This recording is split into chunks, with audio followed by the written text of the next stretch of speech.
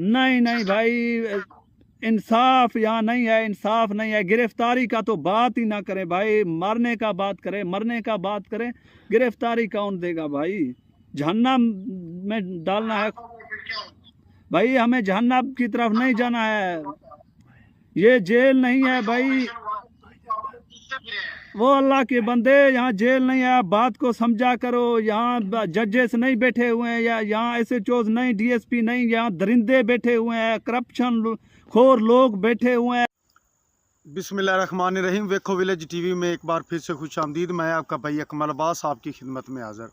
जैसा कि सब भाइयों को पता है कि अभी पिछले दिनों कच्चे का एक डाकू शाहिद बलोच जो अपने एक दोस्त के हाथों कत्ल हुआ, और एक बार फिर से साबित हुआ जिसने उसको कत्ल किया है उमर उसी के कबीले से उसका तल्लुक़ था। जिस तरह शाहिद का तल्लुक़ लुंड कबीले से था, इसी तरह वो भी उमर लुंड के नाम से मशहूर था।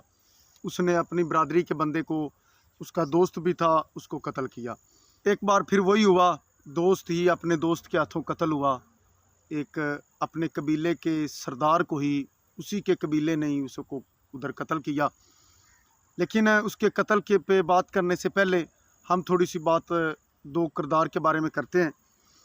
पंजाब में दो किरदार बड़े मशहूर हैं, जबरू और निज़ाम। सब भाई जानते होंगे, सुना भी होगा। वो भी डाकू थे, लोग उनको डाकू ही बोलते थे। वो भी डाके वगैरह मारते थे, इस तरह के काम उनके भी थे। लेकिन उनको एक स्ट्रीट फाइटर के तौर पर भी जाना जाता है, जबरू और निज़ाम को। वो डाकू थे अंग्रेज़ हुकूमत के लिए।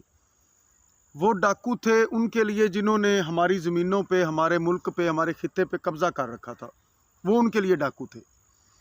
वो डाकू थे उनके नाइंसाफ़ियों के नज़र में। वो उनके लिए डाकू थे जो इधर आकर जुल्म ज़्यादतियाँ कर रहे थे। उनकी नज़र में बिल्कुल वो डाकू थे।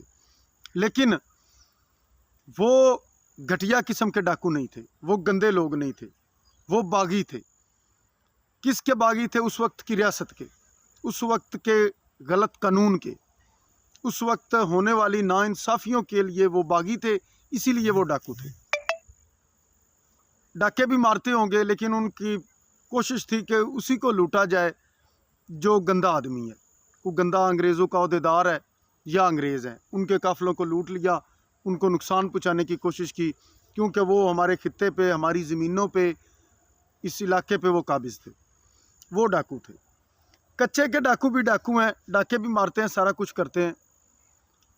वो भी उनकी, जैसे कि शायद की बातें भी आपने सुनी होगी, और ये मेरे ख्याल से पहली दफ़ा इस तरह हो रहा है कि एक डाकू के कत्ल होने पे, एक डाकू के मारे जाने पे सोशल मीडिया पे भी और कौम में भी लोग उसके स्टेटस लगा रहे हैं, अफसोस कर रहे हैं, लोग उसका दुख मना रहे हैं, लोग उसके लिए जन्नत की दुआएं कर रहे हैं।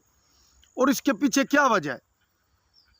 अगर देखा जाए शायद की बातों को सुनने पे, और शहबाज गिल का जो निज़ाम दीन है उसके मुताबिक अगर देखा जाए तो शायद लुंड भी एक बागी था।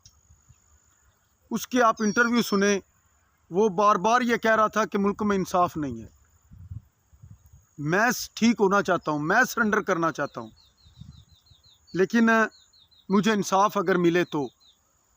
वो बार बार बोलता रहा कि यार हमारी ख़ानदानी दुश्मनी है, कितने लोगों की हैं, इधर नहीं है हमारे पास, हमारे इलाकों में नहीं है, शहरों में नहीं है, कच्चे में कुछ ज़्यादा है, ठीक है उधर ज़्यादा होंगी। वो बार बार बोलता रहा कि मैं सरेंडर करने को तैयार हूँ, लेकिन इस बात की यकीन दहानी करवाई जाए कि मुझे अदालतों से इंसाफ मिलेगा। वो आपके टीवी चैनल्स को जो इंटरव्यू दे रहा था उसमें भी बार बार बोलता था कि आप मुझे इंसाफ नहीं दिला सकेंगे, ठीक है। लेकिन खैर, जब तक वो डाके मारता रहा, वो लोगों को लूटता रहा, वो आपस में लड़ते रहे, मरते रहे, तो शायद लुंडे एक कच्चे का डाकू था सिर्फ। उसने फिर एक काम किया, यूट्यूब चैनल बनाया और निज़ामुद्दीन के ख़िलाफ़ बातें करना शुरू की। लोगों को बताया, जैसे कि पिछले दिनों रहीम यार खान में जब जवान कत्ल हुए, शहीद किया गया जवानों को, पुलिस के नौजवानों को, उस पर जब इन्होंने हमारी वजारत दाखिला ने एक पोस्ट जारी की कि जी इन लोगों पे इतने इतने करोड़ इनाम है, इतने इतने लाख रुपए इनाम है, तो उस बंदे ने इस तरह लाइव बैठकर साथ वीडियो रिकॉर्ड की और उस नंबर पे कॉल की कि आपने मेरा नाम इस दफ़ा भी गलत लिस्ट में ऐड किया है। जिन बंदों ने ये मामला किया है उन बंदों का नाम आपने अभी तक ऐड नहीं किया। फिर वो यूट्यूब पर बैठ कर टीवी चैनल्स को इंटरव्यू देते हुए वो बार बार बोलता था कि आपका निज़ाम करप्ट है, आपका महकमा करप्ट है, आपके हुक्मरान करप्ट हैं। और ये बात उसके कत्ल की वजह बनी है। अगर उमर लुंड ने भी उसको कत्ल किया है ना, तो उसकी भी यही वजह है। और इसीलिए अभी जो है ना पूरा मुल्क उसके लिए सोगवार है। लोग उसका दुख कर रहे हैं कि जी नहीं, इस तरह नहीं होना चाहिए था, वो तो अच्छा बंदा था। और उसकी बातों से या उसकी हरकतों से लग भी रहा था कि वो थक चुका है, वो वापस आना चाहता है, वो एक नॉर्मल ज़िंदगी गुजारना चाहता है। लेकिन अगर, और यही होता है हर दफ़ा, अगर अदालतें इंसाफ देने में नाकाम रहें तो इसी तरह से लोगों का यकीन उठ जाता है अदालतों से। वो अदालतों से रुजू करने के बजाय खुद हथियार उठाना पसंद करते हैं कि हम खुद लड़ लेंगे, अदालतों ने हमें कुछ नहीं देना। क्यों कि अगर अदालत एक ताकतवर आदमी के हक़ में फ़ैसला दे और कमज़ोर बंदे के साथ नाइंसाफ़ी करे, तो फिर अगली दफ़ा, एक दफ़ा दो दफ़ा वो बंदा देखेगा, उसके बाद फिर वो बंदा खुद स्टैंड लेगा और वो शायद लुंड बनेगा, वो जबरू बनेगा, वो निज़ाम बनेगा। जब तक शहबाज गिल का निज़ाम दिन ठीक नहीं होगा तो इसी तरह के निज़ाम जो है ना वो ख़राब होते रहेंगे। और शायद लुंड का तो वैसे मुझे भी बड़ा अफसोस है, वो बंदा ठीक था, उसकी कोशिश थी। वो पिछले दिनों बोल रहा था कि स्कूल होना चाहिए, मेरे इधर के बच्चों को पढ़ना चाहिए। गवर्नमेंट जितने ऑपरेशन के लिए पैसे ले रही है, उधर उसकी फलाह के लिए कोशिश करें तो उधर मामला ठीक हो सकते हैं। जिस तरह हमने एक ज़हन बनाया हुआ ना कि कच्चा कच्चा पता नहीं कोई जहन्नम, हमने उसको तो बनाया हुआ है।